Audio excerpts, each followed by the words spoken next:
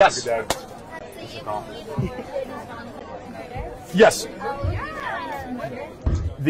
Good question. The taking of a life that, boy, let me try to get a good legal technical definition. One human being's taking of another life in non-self-defense. I'm being a little bit sloppy. It's been a couple hours, but so in cold blood, right? So I'm taking a nap under the tree. Someone comes with a gun and shoots me. That's murder. I think that's a fair.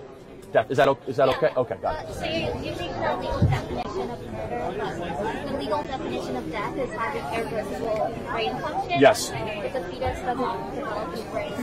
So I think 6 weeks, if I'm correct. Actually 14, I think. Yeah. Heartbeat at 6. Yeah. Yeah. So I don't know how you what if something that's technically not blood, but maybe I'm wrong. Yeah. So no, that's a fair question. So we haven't agreed upon, and this is the debate, right? Yeah. And abortion advocates are getting more articulate in this because they've been relentlessly pummeled by people like us for the last 10 years, where we've been saying, why do we have a definition when people die, but not when people live? And so more articulate abortion defenders will say, okay, it's like 14 weeks at brainwaves. Now, if you ask me right now to put a 14-week abortion ban in America, I'd sign that right now because that would limit abortions and I would consider progress. But I do not believe that is what is human life. I believe human life is the creation of the unique deoxyribonucleic acid and the beginning of your maturation process, right? You are alive at the moment the egg and the sperm meet. Something magical happens, inexplicable happens, I believe spiritual happens, when that life, I believe, created in the image of God, begins the process of becoming fully developed. I mean, how magical is it if they can do it in a lab, though? They can do a lot of magical stuff in labs, but you know how magical it is? But you can't develop it without a womb. You cannot develop it without the implantation of a woman. So then, right? Then that kind of begs the question of you need until now maybe a woman. You need a woman's abilities. So yes, and this is a question, right? So the argument that you'll make and you might make, and the people prior, is like, okay, you need the woman, therefore it's extracting time, energy, and resources, and therefore she should be able to expend it.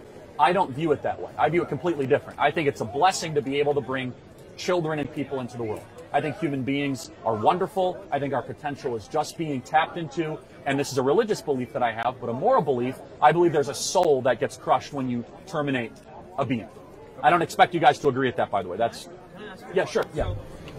You're talking a lot about, I don't necessarily disagree with you about the morality of abortion or whatever. I think it's a very fuzzy area. But my main contention with a lot of laws around abortion is, I feel like, okay, it comes down to a question of like, let's say you wake up one day and there's a tornado outside, right? I love these hypotheticals. Right? No. I'm trying. This is how I visualize it. It might be wrong. In that case, you can okay. Tornado outside. We're in Oklahoma. Okay. And you wake up and there's a guy in your basement, right?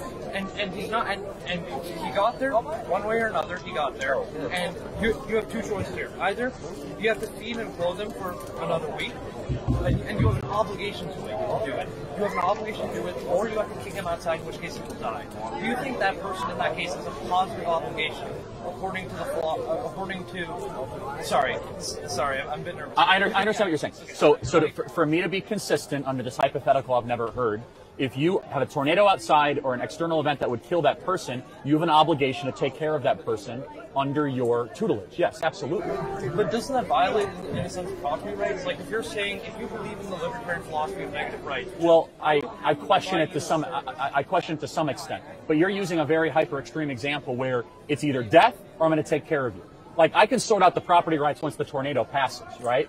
Like I mean, if you're like starving right there, I believe another human being.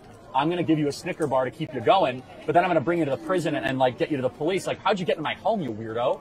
So we could go to the hypothetical all day long, right? But so the question is, I do not believe that like if there's a tornado outside, the moral argument, we can get into all the legal and all the other stuff, that like throwing that person into the tornado is the right thing to do. I wouldn't.